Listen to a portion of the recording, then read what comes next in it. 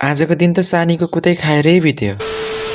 Hello guys, तपाईहरुलाई new day mini भ्लगमा स्वागत छ। आई होप हजुरहरु सन्चै आरामै हुनुहुन्छ होला। म पनि एकदम ठिक छु। आज म बिहान नै काममा गएर आएर खाना खाएर सुतेको त निकै बेरसम्म पो सुतेछु। यसो उठेर बाहिर निस्केको त बाफ रे, घाम त के साह्रो लागेको हौ। यस्तो छ हालत, एउटा बादल पनि देखेको छैन। यता मिसलाई टिकटक र रिल्स हेर्न बाहेक अरु केही चाहिँदैन। बिहान खाना खाएर सुतेको, फेरि भोक पो लाग्छ त। छिनछिनमा भोक लाग्ने के भयो होला मलाई यस्तो। बिहानकै दाल र भात बचेको रहेछ, त्यही बचेको दाल र भात थालीमा राखेर खान पो थाले। सानीलाई भात खाऊ भनेको भर्खर खाएको खाने मन छैन पो भन्छन्। मै होला के बुढे त। छिनछिनमै भोक लाग्छ, भोक लाग्छ खानै पर्यो। तर जति खाए पनि कहिले ननुताउने भयो म त। भर्खर खाना खाएर बसेको त पो पो गर्दै आइसक्रिम वाला भैया पो आउनु भयो त। म र मेरो सानी त आइसक्रिम भनेपछि हुरुक्कै हुन्छ। नहुनु पनि कसरी, यस्तो गर्मी छ। चिसो चिसो आइसक्रिम त खानै पर्यो। त्यसपछि कपडा लगाएर काममा जानु पर्यो भनेर बाहिर निस्केको। साइकल त यस्तो हावा नै पुरै गएछ त।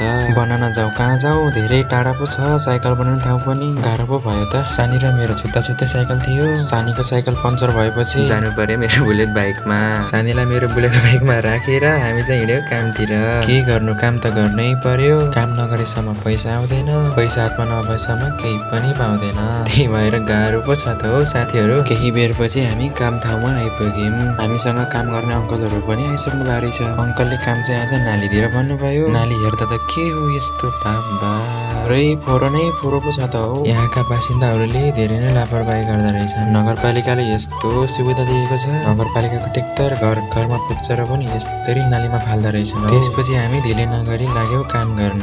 आज फेरि यस्तो ठाउँमा काम पर्यो कि काम त के हो सिधै अनुहारमै पर्छ त। पसिना पुस्दै काम गर्दै गाह्रो पो छ त। पहिला यस्तो थियो, अहिले त यस्तो पो देखियो त। अहिले यस्तो सफा भएको छ, फेरि फोहोर फालेर उस्तै बनाउँछ। हामी चाहिँ काम सकेर आराम गर्न लाग्यो। हाँसो मजाक गर्दै यति कालो अङ्कलले सेता दाँत देखाउँदै पो हाँस्नुहुन्छ त। त्यसपछि हामीहरू सामानहरू राख्नलाई गयो अफिसतिर। सानीलाई जिस्काउँदै हिँडेको, पानीको बोतलले धन्नै भेटेन। गाह्रो पो छ त हौ साथीहरू मलाई त। सामानहरू अफिसमा राखेर हामी फर्क्यौ घरतिर। त्यसपछि सानीले चटपटे खाम्न भनिहाले, त नि खाम्न त नि भनेर बसिहाले। अलिकति केही भन्ने हुन्न, रिसाइ पो हाल्छ। चटपटे खाना बसेको धन्नै चप्पल पो खाइ बाको गोजीमा।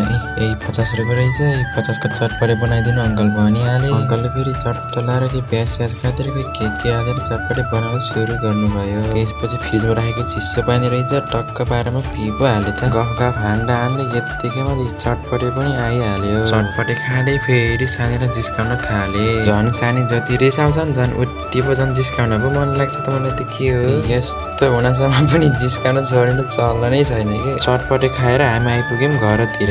घर आउन बित्तिकै हाम्रो म्याडमको काम चाहिँ